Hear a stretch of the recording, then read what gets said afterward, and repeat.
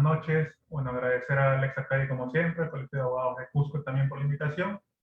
Ya son un sinnúmero de charlas que vamos dictando con tu institución.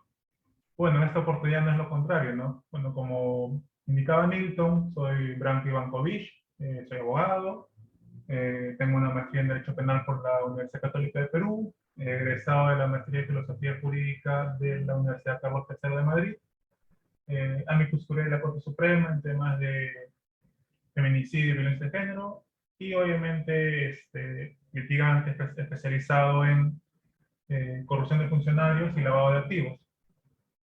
También en labor docente, soy profesor de Derecho Penal y Procesal Penal en la Universidad Continental.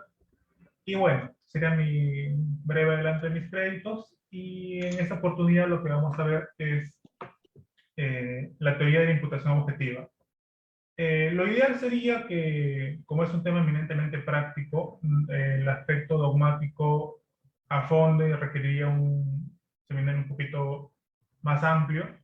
Sin embargo, sí me gustaría que todos los presentes, en cualquier momento, ante cualquier duda, con total libertad puedan indicarme que desean hacer una pregunta o algún tipo de duda o consulta que tengan adicional. Por mi lado no hay ningún problema. ¿Me confirman, por favor, que se puede ver la pantalla? Sí, doctor, sí se puede observar. Perfecto. El día de hoy hablaremos sobre la teoría de la imputación objetiva. Esta teoría, antes de empezar con esto, hay que hacer un breve repaso de cómo es que se imputaba anteriormente lo que es el delito.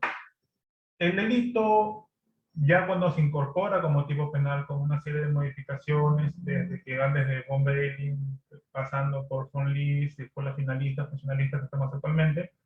Antes de todo este desarrollo, el delito constituía la descripción típica, el que mata a otro.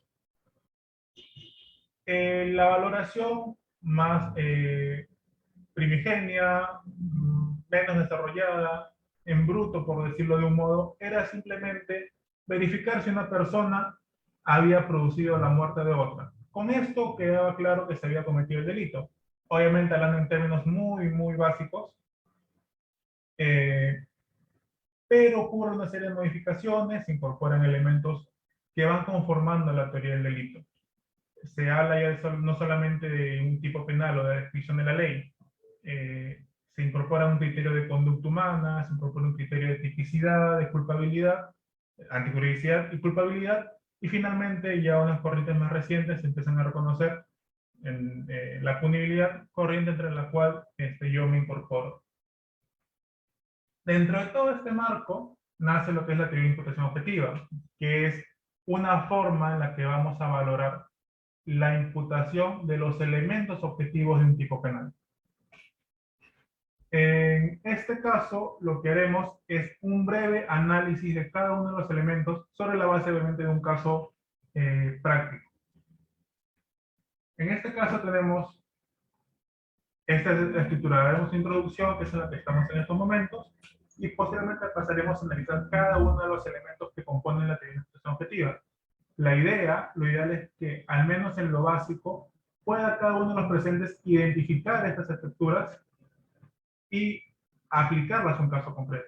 Sería lo ideal en este caso. Si bien es un tema muy básico, introductorio, lo ideal sería que se tenga cierto nivel de análisis.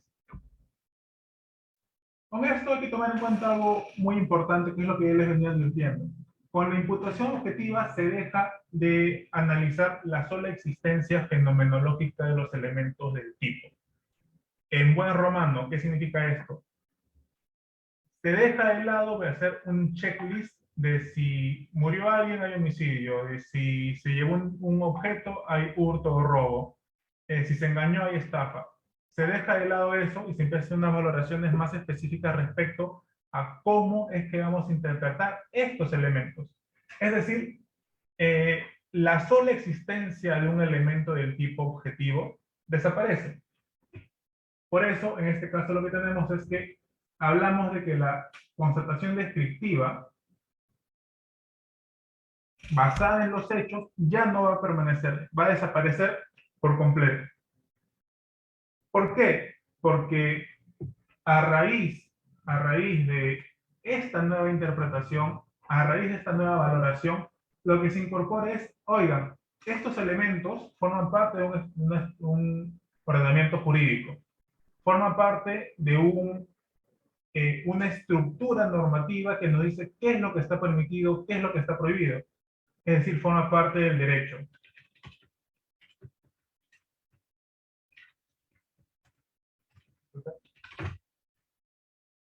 Con esto, ¿qué es lo que tenemos?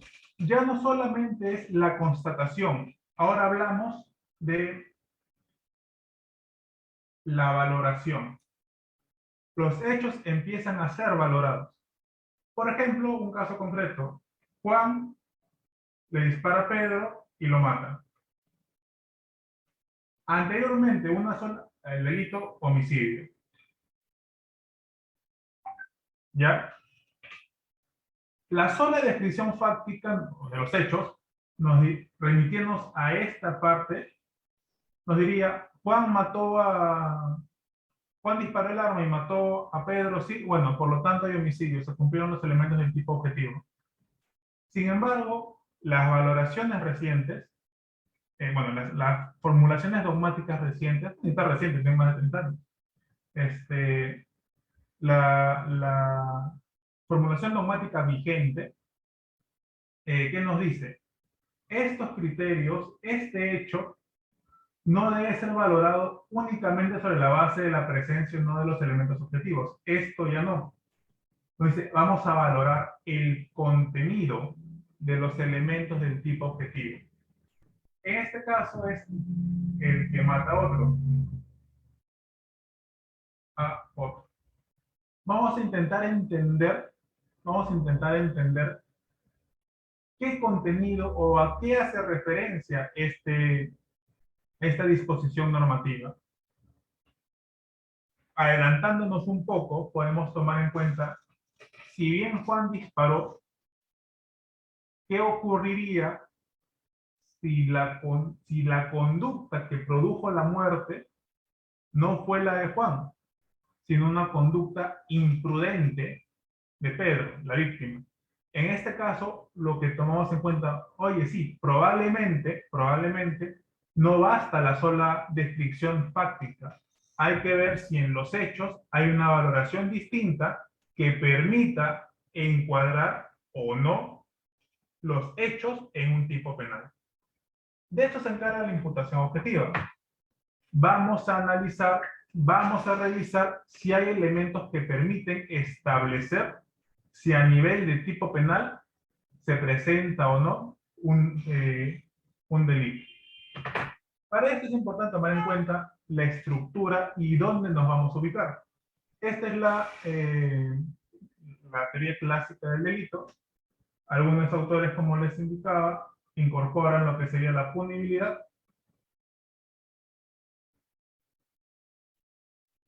Sin embargo, por un tema didáctico no lo incorporo, aunque ya les comenté que yo sí formo parte de esta corriente.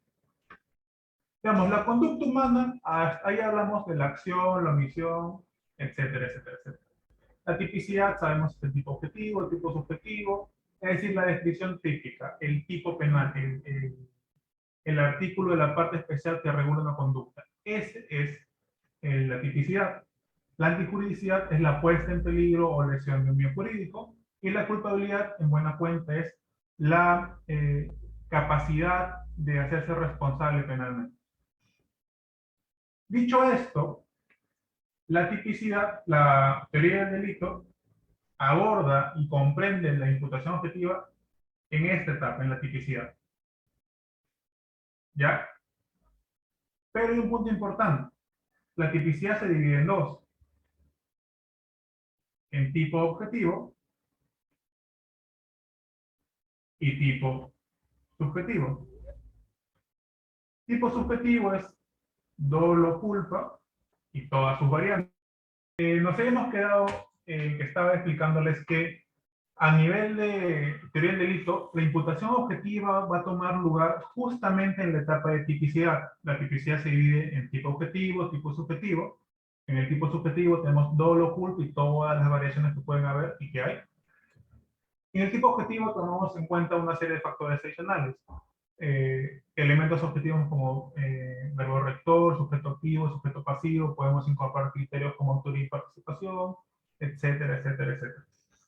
Pena, determinación de la pena, un tema de dosificación, etc. Es decir, el tipo a nivel objetivo te detalla todo lo importante de cara a interpretar cómo aplicar una pena, cómo interpretar un delito, etc. Por lo tanto, como su nombre lo indica, la imputación objetiva aplicará en esta parte, ¿ya? Aplicará en esta parte.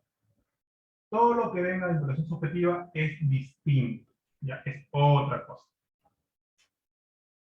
Quizá en otra oportunidad sería bueno analizarla, pero por el momento no. ¿Cuáles son los elementos, entre comillas, o los criterios, entre comillas, para determinar la imputación objetiva? Son 4. Ahora hay que diferenciar imputación objetiva de una conducta, imputación objetiva de resultado. Hoy le daremos la más clásica, que sería la imputación objetiva de una conducta y posteriormente un resultado, ¿no? Tenemos 4 criterios. El primero y el más común, más cotidiano, mejor dicho, porque no sea tan común, es el riesgo permitido, ¿ya? ¿Qué dice el criterio de riesgo permitido? Que no se cumplirá el tipo objetivo en ninguna circunstancia si la conducta realizada está dentro de los límites que una actividad riesgosa o peligrosa puede realizar. Es decir, no debe producir un riesgo prohibido. Esto que podría sonar para alguien que recién ingresa en derecho penal o que está en ciclos iniciales de derecho, algo muy loco. ¿Cómo es posible que una conducta riesgosa o una conducta peligrosa pueda tener cierto amparo legal? Es absurdo. Pero de hecho no, estamos en todo momento sometidos a conductas riesgosas. Yo, si quiero llegar a mi trabajo o a una audiencia o viajar a provincia, debo tomar un carro. Cuando ustedes salen a comprar la tienda, si quieren cruzar la calle, tienen que ir, tienen que someterse a un riesgo. Quien conduce un carro, esto es lo importante, quien conduce un carro genera una fuente de riesgo. Y acá tenemos dos puntos de vista. Si prohibimos todas las fuentes de riesgo, obviamente es 100% seguro que a nivel por lo menos primario no se produciría ningún tipo de lesión o muerte en tráfico. Sin embargo, sabemos que si prohibimos, por ejemplo, los vehículos, el desarrollo de la sociedad sería sumamente ralentizado. Es más, nosotros mismos no podríamos desenvolvernos en la sociedad. Para eso, el derecho, a través de lineamientos administrativos, establece los límites por los cuales va a interpretarse y va a entenderse estas actividades riesgosas. Por lo tanto, si yo conduzco un carro, estaré permitido hacerlo siempre y cuando lo haga dentro de los límites propios que establece la norma administrativa. Límites de velocidad, conducta, manejo defensivo, etcétera, etcétera, etcétera. Igual aplica, por ejemplo, en caso de construcciones. Los que vivimos en Lima, por ejemplo, no hay día en que no pasemos frente a una construcción nueva o ya avanzada. Estas construcciones son fuentes de riesgo, tanto para los trabajadores como para la gente que pasa. Entonces, para evitar que se produzcan lesiones, se crea una serie de lineamientos justamente para evitar que se produzcan lesiones. El otro criterio que también ha tomado muchísimo relevancia en los casos de crimen organizado, lavado de activos y corrupción de funcionarios, es justamente el principio de confianza. En estos casos, ¿qué significa el principio de confianza? Significa que no se podrá imputar el tipo objetivo si es que una persona contribuye o realiza una conducta que en principio formaría parte del tipo objetivo, pero lo realiza sobre la base de la creencia de que las demás personas están actuando conforme al marco legal. Lo veremos con un par de ejemplos después. Pero básicamente es esto: si yo contribuyo o yo realizo una conducta delictiva o produzco resultado delictivo, pero lo hago sobre la base de la confianza o la esperanza de que las demás personas estén cumpliendo su rol o su deber, entendería en este caso que no tengo por qué imputar, no se me tiene por qué imputar ningún tipo de sanción. Un caso muy breve que se suele poner en aulas es yo soy un taxista, voy conduciendo, veo que estoy en luz verde para autos, cruzo la pista y en eso se cruza una persona que te viene atropellando. Independientemente del otro criterio que vamos a ver, yo puedo esperar, yo puedo asumir y confiar que las demás personas, sea un peatón o sea otro carro, no cruzará mientras yo estoy en verde. Confío y a pesar de que mi conducta ha contribuido y ha producido una lesión, en este caso fue por la salud, etcétera, no se me imputará a mí porque yo actué sobre la base del principio de confianza. Hay más casos específicos que los veremos en un momento. La prohibición de regreso, ¿ya? La prohibición de regreso es quizá uno de los más debatibles, por decirlo de un modo, criterios de imputación objetiva. ¿Qué indica esto? Indica que si una persona está actuando conforme su rol, o mejor dicho, eh, está actuando mediante conductas neutrales y conductas estereotipadas, no podrá ser imputable de ningún tipo de delito. Por ejemplo, en este caso se establece el vendedor de cuchillos. Una persona que vende cuchillos no podrá ser imputada como cómplice, ya, como cómplice de homicidio si su comprador usa ese cuchillo para matar a otro. ¿Por qué? Porque su conducta está estereotipada, es normal, es cotidiana. No, su propia naturaleza no contribuye en sí mismo a, contribuye en sí mismo a producir un resultado. Finalmente, la autopuesta en peligro, o el término técnico sería autopuesta en peligro de la víctima. ¿Qué significa esto? Si la conducta que finalmente produce el resultado es imputable única y exclusivamente a la víctima, quien generó la fuente de riesgo no podrá ser responsable por esa lesión.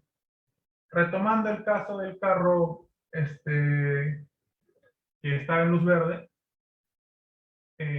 la persona que cruza se expone a sí misma en peligro. En consecuencia, el ejemplo más claro es el siguiente: si un chofer va conduciendo y un suicida se le pone adelante, estamos hablando de una autopuesta en peligro del propio suicida. Entonces no podrá establecerse que el chofer haya producido la muerte a nivel de imputación. Estamos considerando que la conducta de la víctima, al ponerse a sí misma en peligro, es la que ha generado su propia muerte. Muerte, por lo tanto, no imputable al chofer. Dicho esto, hay que pasar a analizar el primer criterio: el riesgo permitido. ¿Qué implica en concreto el riesgo permitido? Implica la producción, mejor dicho, a nivel dentro del marco legal, el riesgo permitido es el parámetro mediante el cual podemos admitir ciertas conductas.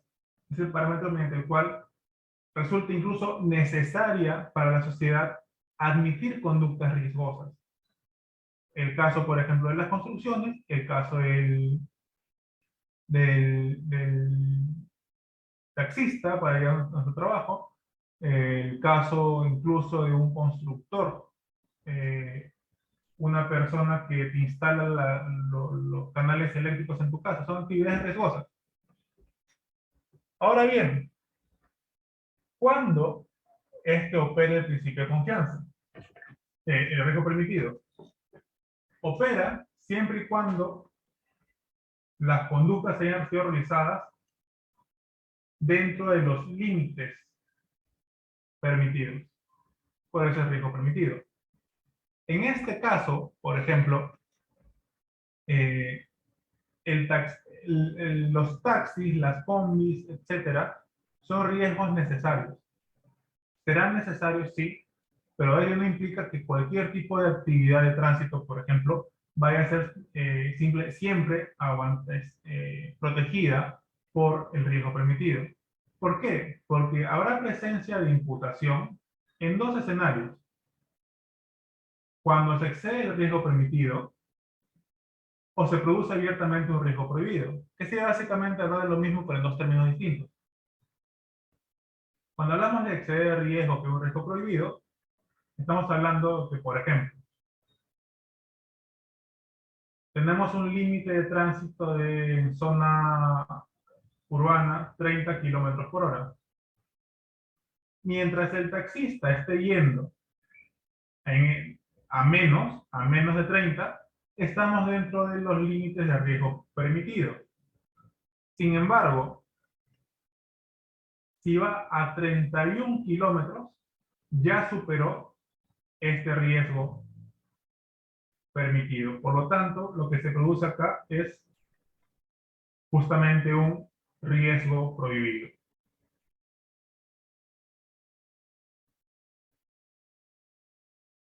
¿Qué implica esto? Digamos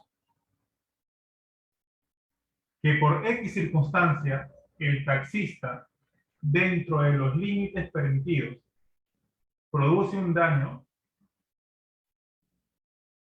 dentro de los límites permitidos y cumpliendo todos los parámetros administrativos. Siempre que concurra eso, independientemente del tema civil, que es otro cantar, a nivel penal no habrá imputación. No hay imputación. Sin embargo, si pasas los 30 kilómetros, ya hasta 30.1, ese riesgo ya es prohibido. Por lo tanto, los daños producidos, en tanto encuadren en un tipo objetivo, esto sí permitirá la presencia de la imputación. Para esto hay un caso. Juan, Pedro y Lucía, un caso real. Juan, Pedro y Lucía se juntaron a beber toda la noche grandes cantidades de alcohol. Esta última, Lucía, se quedó dormida por su estado de embriaguez, siendo encontrada por los otros dos, a la mañana siguiente. Se determinó que la causa de la muerte se produjo por asfixia, debido a los vómitos. En este caso, independientemente de que ya alguien pueda avisorando, pueda ir viendo que hay una autopuesta en peligro, lo que ocurre en este caso es que se empieza a analizar. Juan y Pedro, al estar bebiendo con Lucía, han incrementado el riesgo, han producido un riesgo penalmente relevante, un riesgo prohibido, y ese riesgo prohibido ha implicado la muerte de Lucía. Esa es la pregunta. En este caso, lo que podemos asumir tranquilamente es que no. ¿Por qué? Porque la producción de riesgo, ojo, independientemente de los temas de imputación por autopuesta en peligro de la víctima, la producción de riesgo de Lucía que produjo la muerte no ha sido en ningún contexto, en ningún escenario, producto o tiene como fuente la conducta de Juan y Pedro. Es decir, el hecho mismo de estar tomando juntos no implica en lo absoluto que esta situación genere un riesgo a la vida. ¿Ya? Por lo tanto, ¿qué se determina en este caso? Que obviamente no. Independientemente, obvio, de los casos de autopuesta en peligro, el hecho de que ni la conducta de Juan ni la conducta de Pedro hayan sido capaces de producir un riesgo prohibido, implica, por lo tanto, que estos deben ser apartados de toda imputación penal. Retomando, si tu conducta, en este caso tomar licor es una fuente riesgosa, para la salud obviamente, esta fuente riesgosa por la que se produjo la muerte de Lucía no es imputable obviamente a Pedro ni a Juan. Luego tenemos el denominado principio de confianza. En estos casos es muy interesante porque lo vemos muchísimo en los casos y procesos de lavado de activos y procesos por delitos de corrupción de funcionarios. El principio de confianza opera cuando, como se le andaba, cuando una persona tiene la posibilidad de confiar en que el resto está actuando de acuerdo a al marco legal. Sin embargo, no basta cualquier tipo de confianza, no basta cualquier tipo de valoración interna o criterio interno. Es necesario, desde luego, cumplir una serie de requisitos. Por ejemplo, ¿cuándo es que habrá ausencia de imputación? O en buena cuenta, ¿cuándo es que opera el principio de confianza? A modo de resumen, porque la doctrina es amplísima y la jurisprudencia no se queda atrás, tenemos estos escenarios. Primero, cuando hay un actuar conforme a derecho. ¿Ya? ¿Qué significa esto? Yo puedo invocar el principio de confianza, primero por mi propia conducta y por la siguiente, cuando yo estoy advirtiendo que al menos mi conducta puedo advertir que está acorde a derecho. Por ejemplo, si yo quiero, yo vendo un cuchillo, en el caso del vendedor de cuchillos y la muerte, mi conducta es un actuar conforme a derecho. Yo no estoy obligado a ver qué hace mi comprador con el cuchillo. ¿De acuerdo? Por lo tanto, mientras yo sepa que mi conducta está acorde a derecho, no tendré ningún tipo de problema. Y aquí hay todo un debate, acabo de acordarme. No, vamos a complicarlo. Olvídense el caso del vendedor de cuchillos porque también nos va a servir para posición de regreso. El caso más simple que lo veremos en un momento.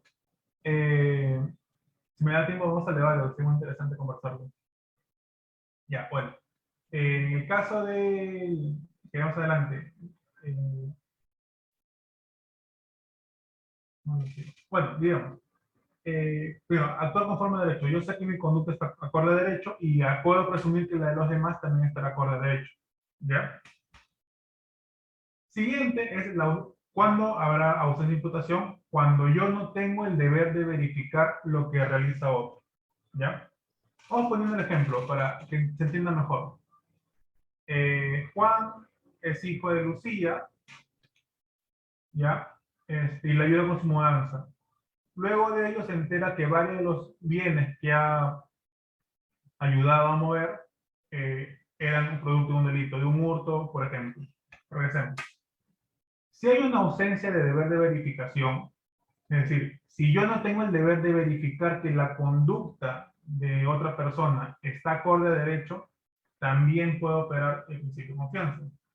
Y también hay desde luego una denominada posición de garante. Si yo tengo una posición de garante respecto de la conducta de terceros, ojo, no de verificación, sino de garante, en este caso, cuando un deber de presumir, un policía, etc. ¿Ya?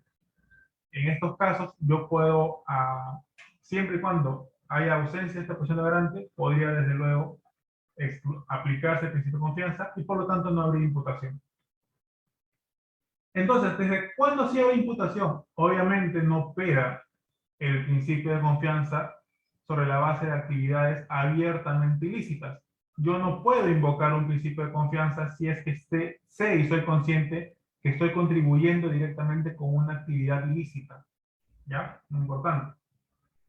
Asimismo, cuando existe un deber de verificación, obligación de verificación, es decir, cuando alguien tiene que verificar la conducta de otro, no puede invocar confianza. Por ejemplo, en una estructura empresarial o funcionarios públicos, el gerente legal que tiene abajo sus asistentes y sus practicantes, este gerente legal tiene el deber de verificación del actuar de estas personas. Por lo tanto, si alguno de ellos realiza una actividad ilícita y él no la advierte, no puede, o él contribuye firmando algún documento, no puede invocar principio de confianza porque sobre este gerente legal recaía un deber de verificación respecto de la conducta de sus subordinados. Igual pasa una gerencia municipal respecto del área de administración, etcétera, etcétera, etcétera. Finalmente, la posición de garante, en contraposición con la ausencia de posición de garante, si en una, por ejemplo, si hay un guardia de seguridad, una guardia de seguridad, que en este caso está viendo que Juan y Lucía están tomando bienes que él sabe que no son de ellos, este guardia, al tener posición de garante, no puede invocar principio de confianza respecto de esta conducta que está tomando conocimiento.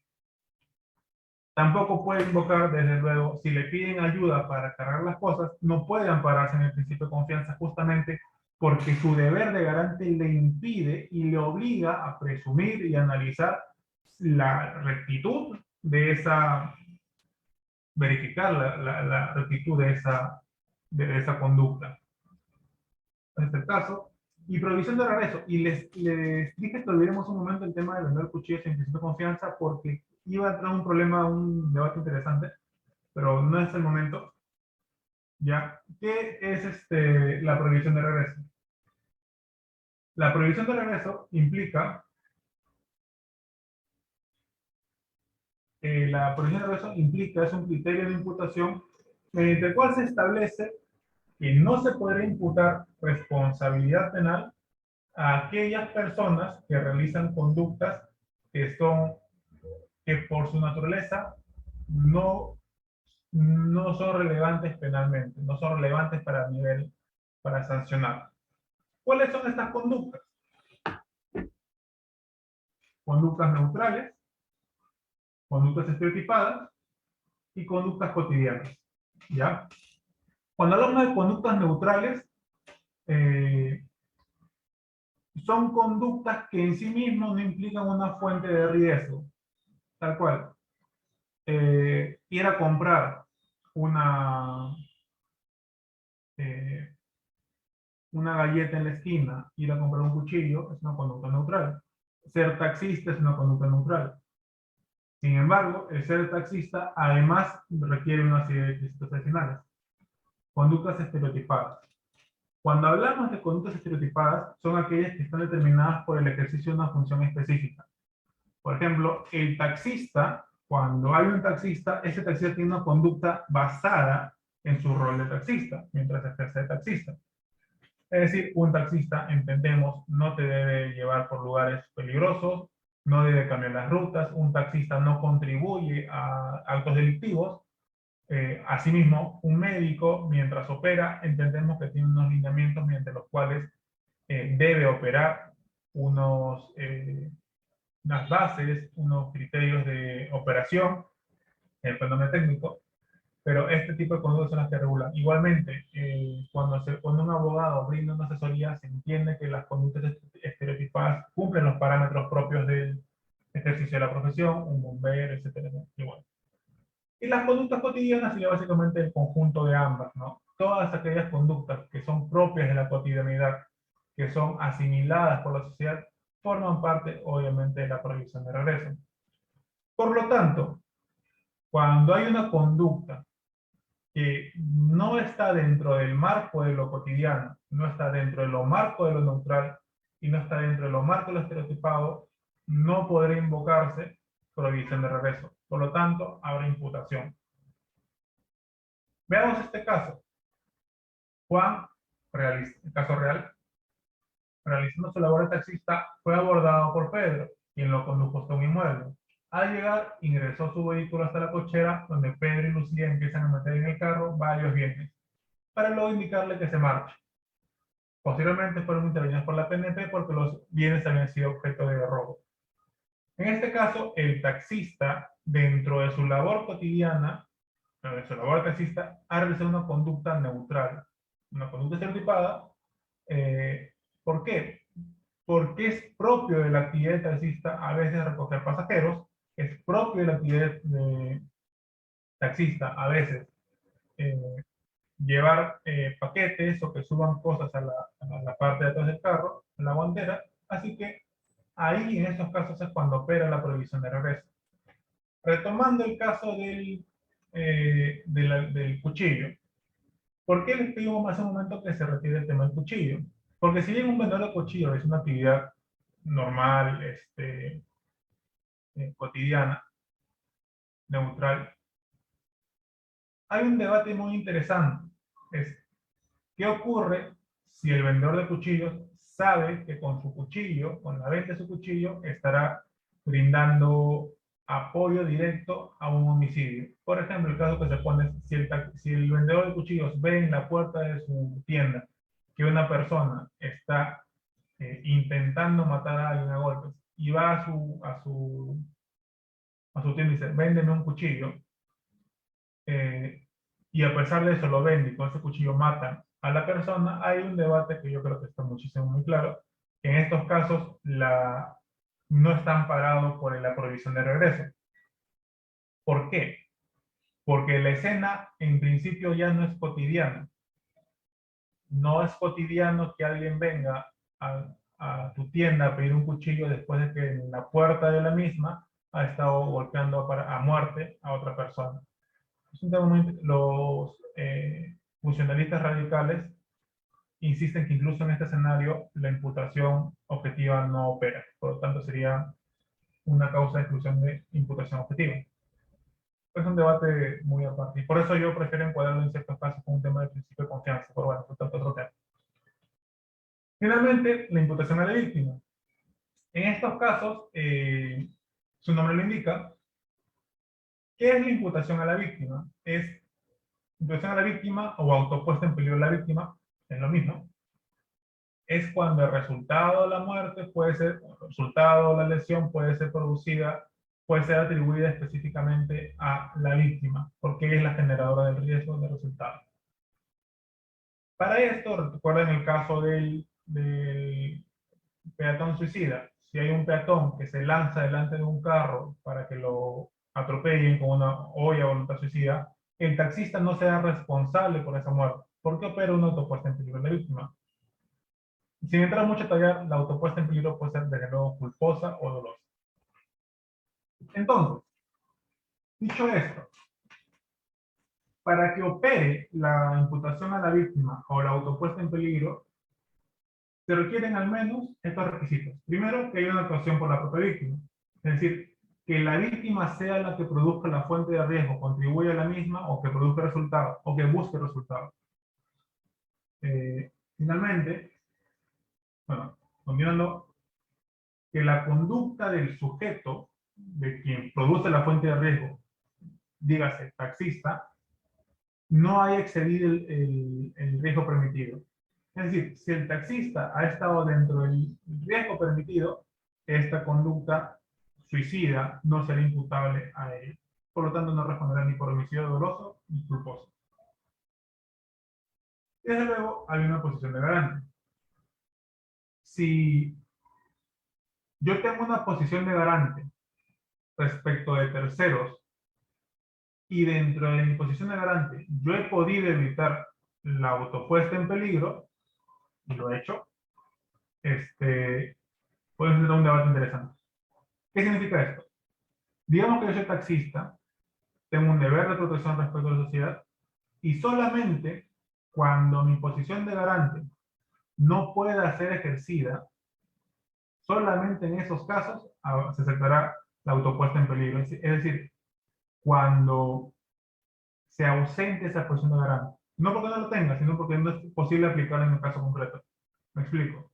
En el caso del suicida, todo taxista, todo chofer que va por las calles o rutas tiene el deber de protección del resto. Tiene una protección, una posición de garante respecto al resto. En este caso, operaré el principio de autopuesta en peligro de la víctima cuando yo, como chofer, en mi posición de garante, me he visto impedido por la propia conducta de la víctima de ejercer mi posición de garante. Esto es cuando opera.